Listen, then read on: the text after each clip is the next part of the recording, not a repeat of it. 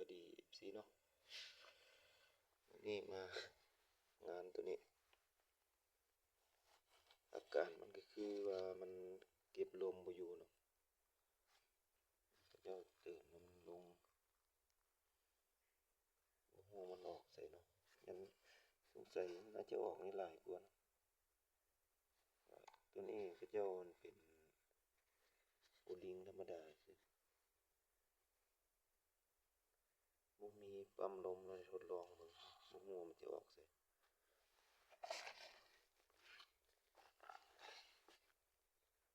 สดสวยบ่ทันเฮ็ดเวียกงานเลยกลางคืนนี่ก็9 โมงปลาย10 โมงยังตอกลูกตอกเองเลย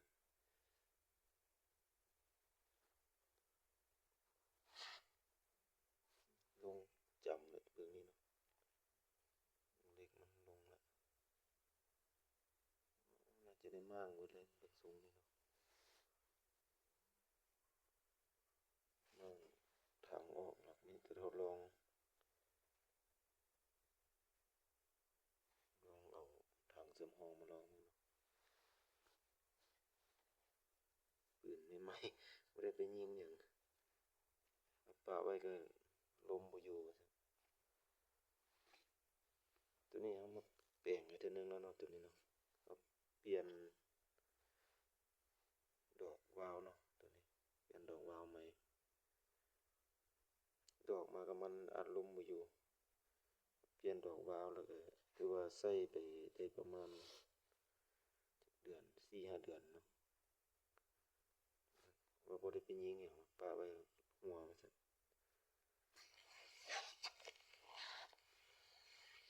เบิ่งอาการนำกันว่ามันสิเป็นอิหยังแท้ปลดกล้องปลดหยังออกแล้วเนาะปล่อยลมออกจากถังก่อนโอ้มีน้ำเต็มเลยน้ำ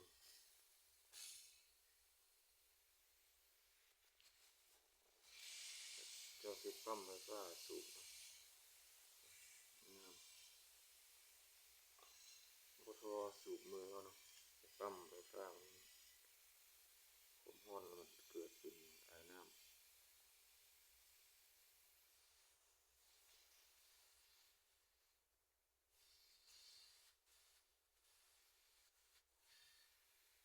เอาลมออกเบิดก่อนเดี๋ยวสิเราจะมาเช็กตัวนี้มันก่อนเนาะเราสงสัยแต่มันออกตัวนี้เนาะเติมนี่ลองเอาตัวนี้ออกมาก่อนความจริงก็ปล่อยตัวนี้เลยก็ได้นะเนาะตัวนี้ถ้าปล่อยก็ได้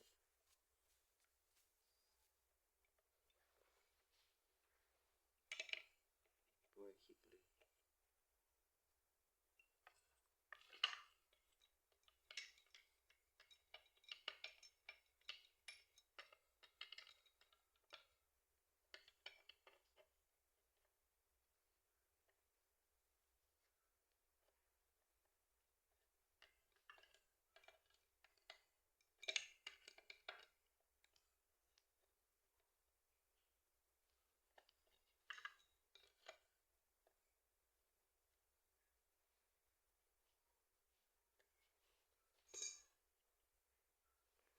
มีลมออก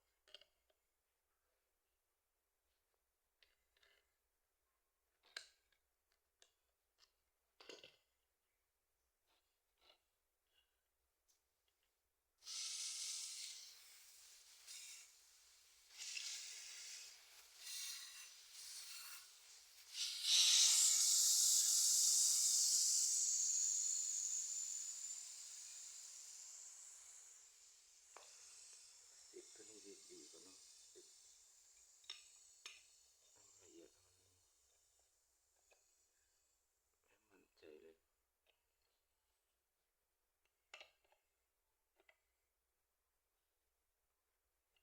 มีบอกหนึงเขาเจ้าซื้อมาใหม่ๆนะ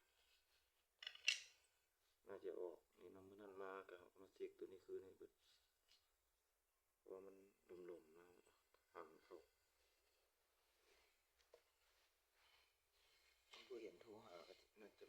ได้แหละมากบางตูคลิกเติมมานี่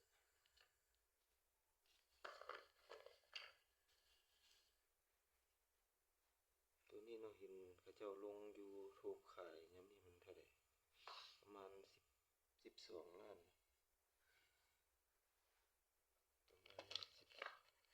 ประมาณตัวนี้ตอนเขาเจ้าซื้อมา14 ล้าน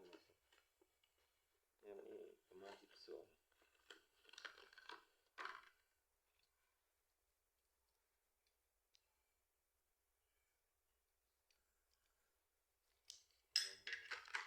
เติมมันครับ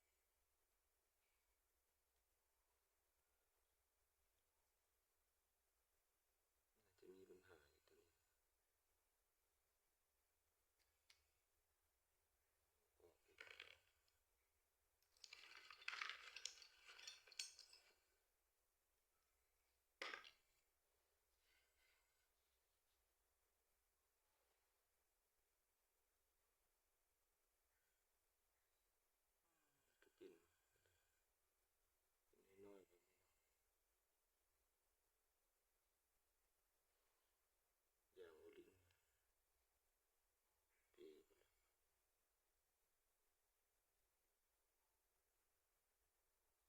มีปัญหาบ่ได้ขาดนะเนาะมืดบ่เห็นนี่คืนนะถ้ามันบ่มีปัญหาก็ทดลองประกอบก็คืนแล้วก็เปลี่ยนถังเนาะเปลี่ยนถังตัวนี้ถังตัวนี้ออกเอาถังสำรองมาใส่ต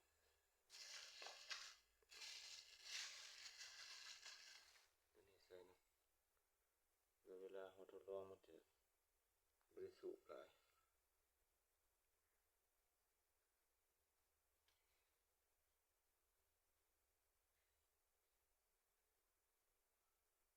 ลองพินด้านหนึ่ง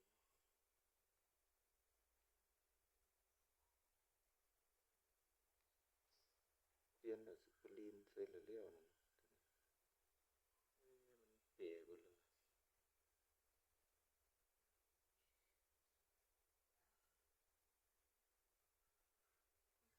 าจะเป็นตัวนี้เจ้าว่าสูบแล้วมันดังซีดๆอยู่ซั่นเบิ่งจะมีบ่เป็นไม่หลาย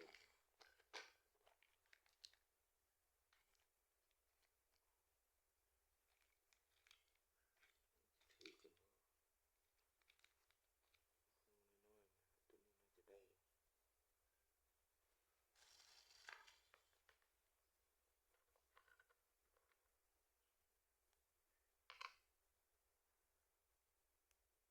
เปลี่ยนตัวนี้ก็กุมตลอดเลยเนาะอันนี้โดนๆเติมลมหลายแล้วขาดเข้า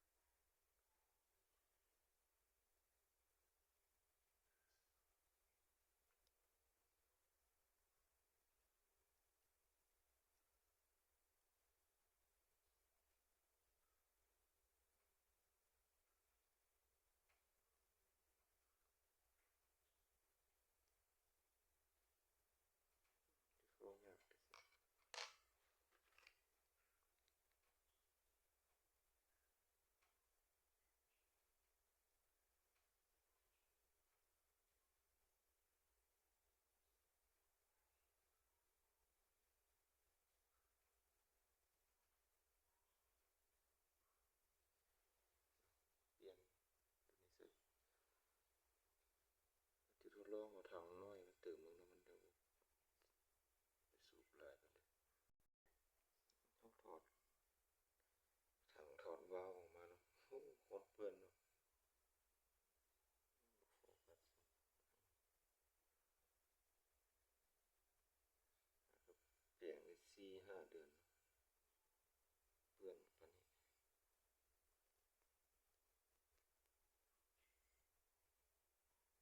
ลองน้ำมันสีดก่อน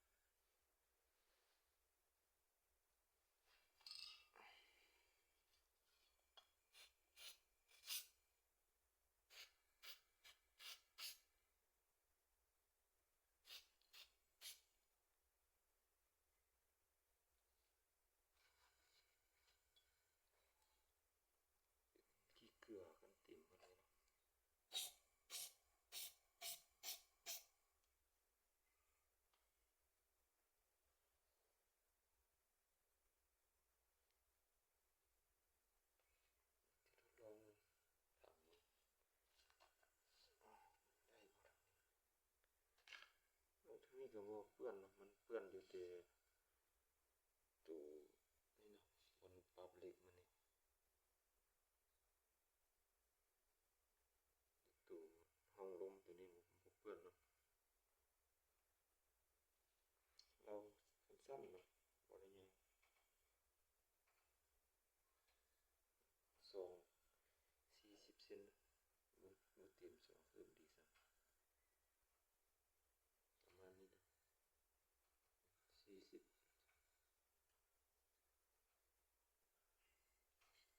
ยี่ห้อ XM8 ตัวนี้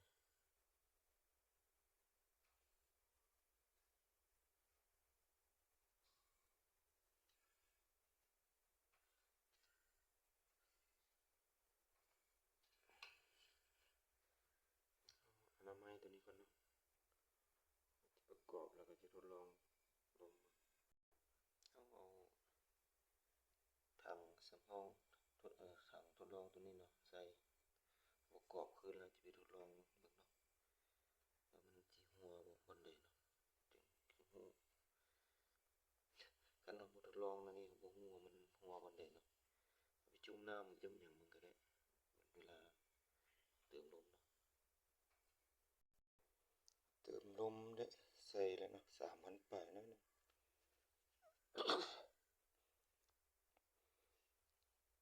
เทื่อคลิกตัวนี้เนาะเอาใส่บ่เห็นออกเนาะเปลี่ยนใหม่เลยเนาะเปลี่ยนเอาดอกสปูลีนใส่ก็บ่เห็นออกเนาะจะไปจุ่มน้ำมึงเนาะมันจะออกบ่ได้ลองจุ่มน้ำมึงก่อนต้องไปจุ่มน้ำมึงแล้วเนาะบ่เห็นห้อยหัวเนาะอาจจะแม่นออกออกคลิกเติมนี่แท้ๆเนาะจะออกคลิกเติมลมตัวนี้เปลี่ยนแล้วเนาะเปลี่ยนคลิกเปลี่ยนสปูลีนใส่แล้วก็โอเคแล้วบ่หัวแล้วเนาะบัดนี้เนาะมันเป็นอย่างโบลิงน้อยๆมันจอยเติมไปโดนแล้วมันน่าจะโฟกัสเนาะอัดลมเสียหลายแล้วมันจะแปรก็เป็นแบบนี้โฟกัสดีมันได้ไหมเหลือน้อยๆเนาะใช้งานไปโดนมันส่วนหลายมันจะมีปัญหาตัวนี้เอาสปูลีนเสียเลยแล้วโอเคแล้วของหลายคนก็จะมาหาเอาไปเปลี่ยนออกเอาสปูลีนใส่เลย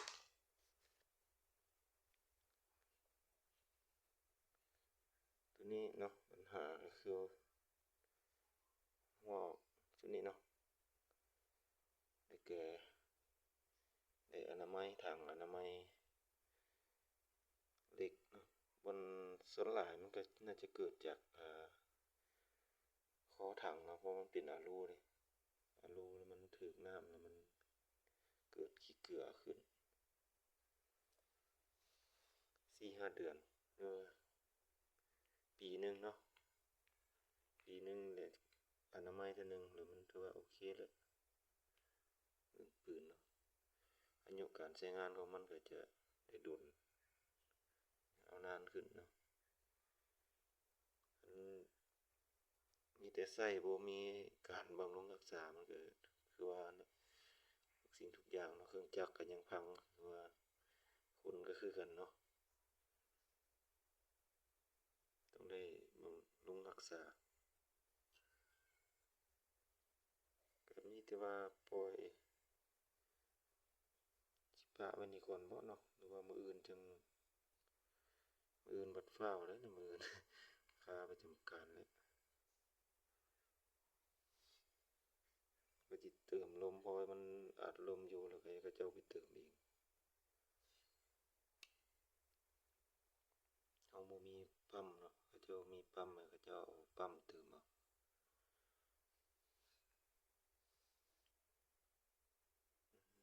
ก่าอยู่เนาะเราเติม3,000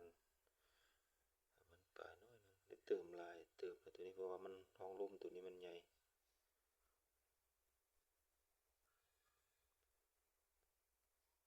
มันระดับเดียวกับวาล์วเซตพันบ่ตัวนี้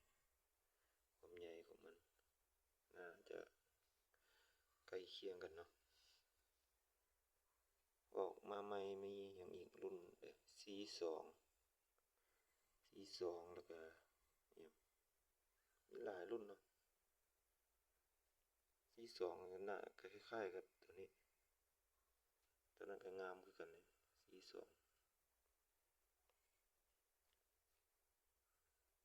ท็อป A บ่หรืออย่างอีกมีหลายรุ่นมาใหม่ Tactical เนี่ย K2 K2 MC อันนี้เนาะประเภทวาล์วปรับนอกเนี่ยมันถือว่าค่อนข้างซ่อมแปลงง่ายกว่าตัวนี้มันจะเป็นอันนั้นอยู่ในเป็นแบบเป็นบูทเนาะเป็นบูทวาล์วมันจะเป็นแบบบูทแล้วก็เอาใส่โอลิงเนาะอยู่ในนี่ตัวนี้นะเวลาเอาออกคือเราเฮ็ดในเบิ่งสุดคลิปก่อนๆนั้นนะเอาเวลาออกเนี่ยเอาห่างค้อนขึ้นแล้วก็ซับเนาะซับก็ฟงออกทั้งนั้นเลยหาวิธีเอาออกบ่มีเนาะบ่มีน็อตบ่มีหยังให้ไขตัวนี้เนาะ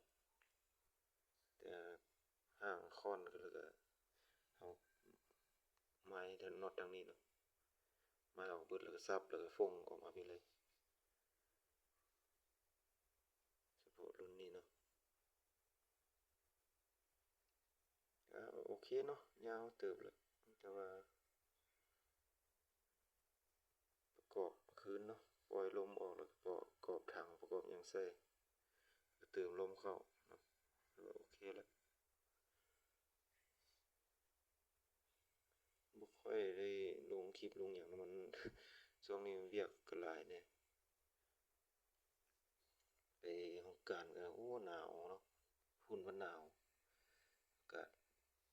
หนาวมีแต่น้ำหมอกแล้วยิงนกก็บ่ได้ไปมีแต่นกน้อยเนาะช่วงนี้เนาะอยู่บ่อนเฮ็ดเวียกมีนก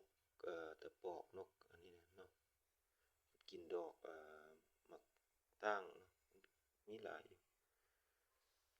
สุดแล้วนี่ก็ได้อยู่ประมาณ30ปลาย40นี่เนาะแล้วมันน้ำหมอกหลายมันบ่เห็นเราบ่ได้ถ่ายให้เบิ่งเนาะแต่ว่าโอเคเนาะตัวนี้ถือว่ารู้สาเหตุแล้วเราบ่ได้ทันได้ทดลองซ้ำเนาะเรามีแต่ว่างๆออกมาแล้วก็เอามาทดลองเราตามสันนิษฐานเนาะมันก็ถูกตามเป้าหมายของเราตัวนี้ว่าออกจุดนี้เอาไปลองจุ่มน้ำจุ่มหยังมันก็ปกติแล้วบ่มีมันหัวมันหยังขอบใจเนาะทุกท่านเด้อที่มาติดตามใจหลายๆพอกันคลิปใหม่เนาะมีโอกาสมีเวลาก็จะลงคลิปให้เบิ่งเขาเจ้าก็นั่นอยู่อยากมาหาอยู่พวกวาล์วแต่งวาล์วดับเพลิงแต่ว่าเราบ่มีเวลาเนาะเฮ็ดเวียกเรือนเนี่ยมื้อนี้ก็คุมเฮ็ดเวียกเรือนจะว่าฮอด4โมงแล้วก็มาเร่งเฮ็ดลูกปืนเนาะเฮ็ดเพื่อเอาไปตอกอยู่บนเฮาเฮ็ดเวียกพุ่นนะยาวแล้วเนาะขอบใจหลายๆ20นาทีแล้ว